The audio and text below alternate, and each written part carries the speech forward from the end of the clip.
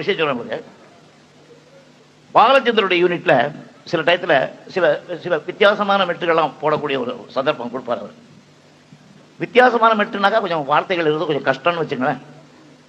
என்ன பண்ணாரு, ஒரு தரம் அங்கே போயிட்டோம், மெட்டை போட்டோம். முதல்ல அந்த மெட்டு ஓகே பண்ணி அவர் பாலச்சந்தருக்கு ரொம்ப குஷி, நல்லா வந்திருக்கு, பிரமாதமாக வந்திருக்கு. விசு நீ எப்படியாவது, விசுன்னு தான் என்ன கூப்பிடுவார் செல்லலாம், விசு நீ எப்படியாவது அவர்கிட்ட இதுக்கு வார்த்தை எழுதி வாங்கிடணும் அப்படின்னாரு. அவர் வந்தார். என்னடா என்ன பிரமாதமாக டியூன் போட்டிருக்காம வாட்சி காமினார்.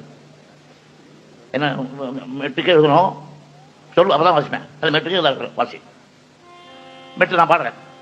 நான் நன்னா நன்னா நன்னா நன்னா நன்னா நன்னா நான் நன்னா நன்னா நன்னா நன்னா நன்னா நன்னா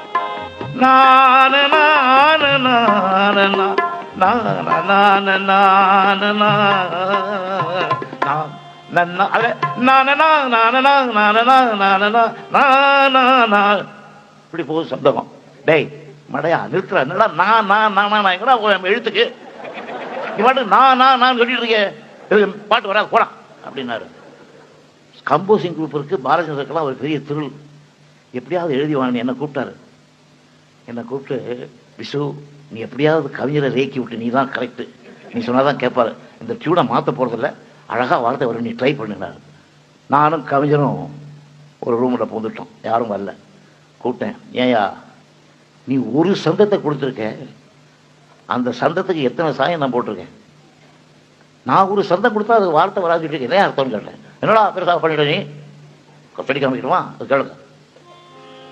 பேசுவது கிளியா இல்லை பெண்ணரசி மொழியா, தான தன்னா தரன்னா பேசுவது கிளியா. ஒரே சந்தம். வீடு வரை உறவு, வீதி வரை மனைவி, காடு வரை பிள்ளை, கடைசி வரை யாரோ. வீடு வரை உறவு இல்லை, வீதி வரை மனைவி, காடு வரை பிள்ளை, கடைசி வரை யாரோ. ஒரே சத்தம் வேற டியூன் பாருங்க. ஹோ வீடு வரை உறவு, வீதி வரை மனைவி, காடு வரை பிள்ளை, கடைசி வரை யாரோ.